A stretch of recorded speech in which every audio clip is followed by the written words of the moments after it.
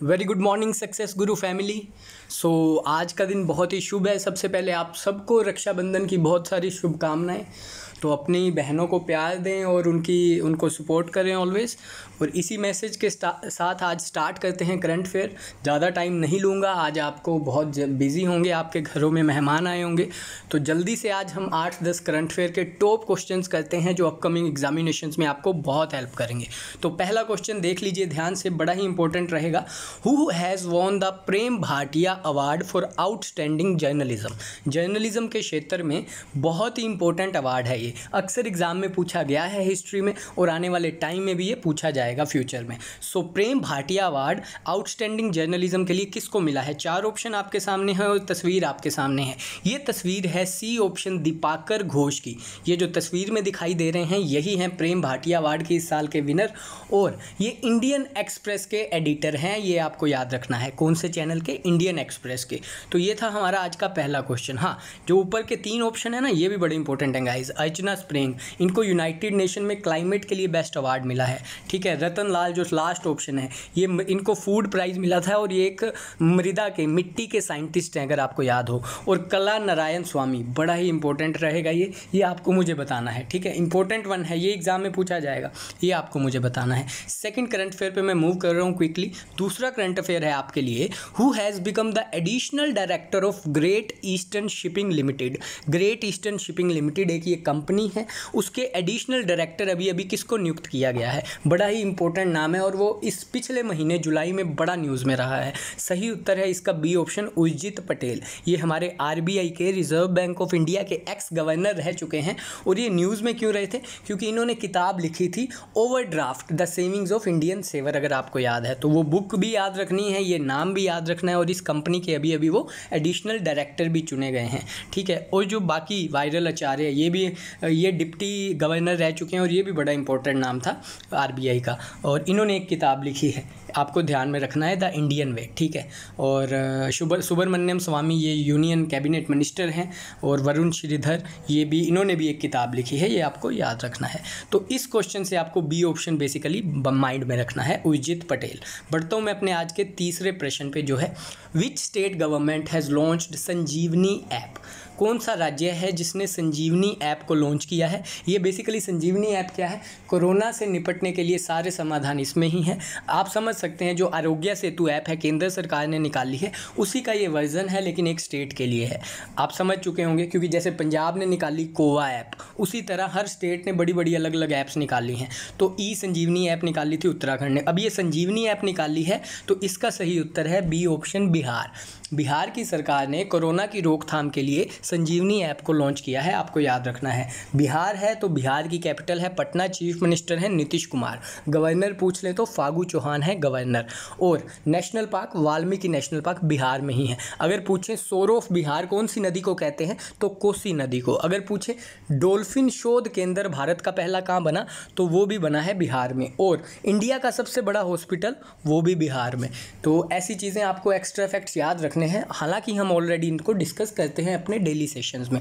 मैं अपने quickly fourth current affair पे बढ़ रहा हूँ, और रिक्वेस्ट करता हूँ कि वीडियो को लाइक कीजिएगा, अपने फ्रेंड्स में, फैमिली में शेयर कीजिएगा, जिनको भी इससे बेनिफिट हो सके। फोर्थ क्वेश्चन आपके सामने है, यूएई यानी कि United Arab Emirates first nuclear reactor has started functioning, what is it's name. पहला न्यूक्लियर रिएक्टर यूएई का स्टार्ट हुआ है, हमें उसका नाम बताना है। बड़ा ही इंपॉर्टेंट रहेगा आने वाले एग्जाम के लिए। चारों ऑप्शन कंफ्यूजिंग है, ध्यान से सुन लीजिएगा। डी ऑप्शन, 12 का इज द राइट आंसर। बाकारा, बामरा, 12 सब छोड़ दीजिए, 12 का इज द राइट आंसर। और 12 का डी ऑप्शन का मतलब भी है, इसका मतलब है आशीर्वाद। क्या है? आशीर्वाद। और वही यूएई का फर्स्ट न्यूक्लियर रिएक्टर है, आपको याद रखना है। तो ये था मेरा फोर्थ क्वेश्चन। अब यूएई है, तो यूएई की कैपिटल क्या है? Abu Dhabi. क्या है? Abu Dhabi. और इस साल के आईपीएल अगले मंथ से शुरू होने वाले हैं, वो भी यूएई में ही शुरू होने वाले हैं, आपको याद रखना है। और अगर बात करें हम इसके अलावा यूएई की, तो हाँ, अबू धाबी में ही नहीं, अबू धाबी में नहीं, और यूएई के, हाँ चलो यूएई के हम उसके बारे में जान लेते हैं। कैपिटल अबू धाबी है, करेंसी है दिरहम, क्या है दिरहम, और खलीफा अल नायन इसके प्रेसिडेंट का नाम है, आपको याद रखना है। तो यूएई से इतने फैक्ट्स ही आपको याद रखने हैं इस प्रश्न से। मैं 5वें क्वेश्चन पे बढ़ रहा हूँ आज के करंट अफेयर का, जो है which state has used aerial seeding technology to improve the green cover in Aravalli region. Aravalli क्षेत्र है जो अरावली हिल्स है, वहाँ पे हरियाली को, ग्रीन क्षेत्र को बढ़ाने के लिए एरियल सीडिंग टेक्नोलॉजी का उपयोग कौन सा राज्य कर रहा है। अब ये एरियल सीडिंग क्या है, सबसे पहले तो ये जान लीजिए।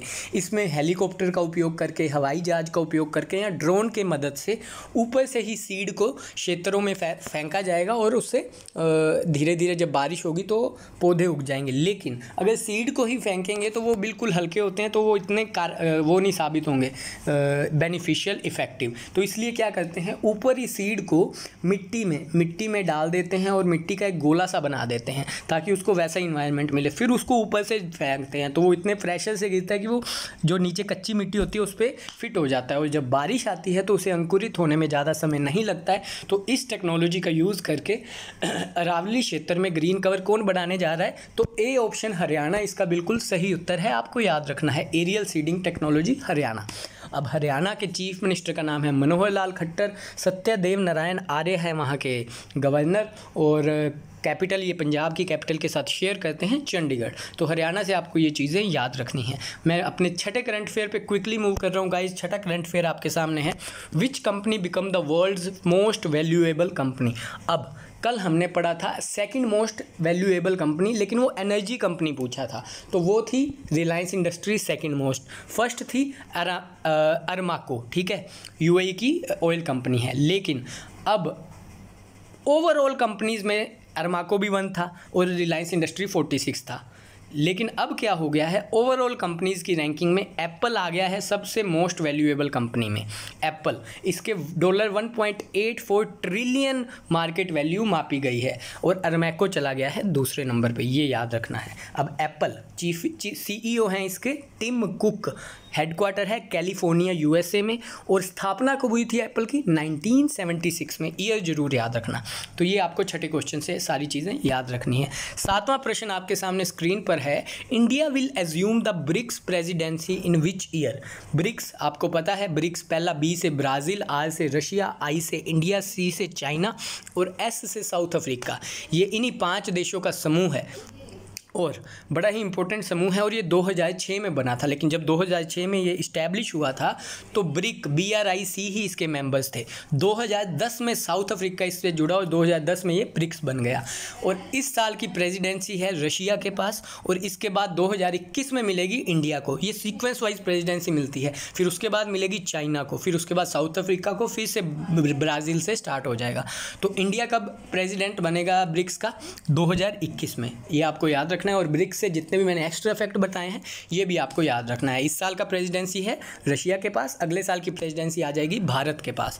8वां करंट अफेयर आपके सामने है, ministry of tribal affairs has received Skoch gold award for which of its project. अब ये मेरी माइंड में बात रख लीजिए, ये प्रश्न पूछा जा चुका है 3 साल पहले, जिसको भी मिला था, जिस भी मिनिस्ट्री को मिला था स्कॉच गोल्ड अवार्ड। तो अब मिला है मिनिस्ट्री ऑफ ट्राइबल अफेयर को। सीधा पूछ लेंगे आपको कि स्कॉच गोल्ड अवार्ड इस बार कौन सी मिनिस्ट्री को मिला है, तो याद रखना है मिनिस्ट्री ऑफ ट्राइबल अफेयर को। और अगर उनको टफ पेपर डालना हुआ, अगर आप थोड़ा लेवल वाले एग्जाम में बैठे हैं, तो वो पूछ लेंगे कि Skoch gold award ministry of tribal affair को मिला है किस प्रोजेक्ट के लिए, तो ये थोड़ा टफ कर देंगे। इसलिए कहते हैं करंट अफेयर पढ़ना है और उससे रिलेटेड सारे फैक्ट्स भी पढ़ने हैं। तो स्कॉच गोल्ड अवार्ड किस प्रोजेक्ट के लिए मिला है मिनिस्ट्री ऑफ ट्राइबल अफेयर को, तो उनको मिला है C option, empowerment of tribes through IT enabled scholarship scheme.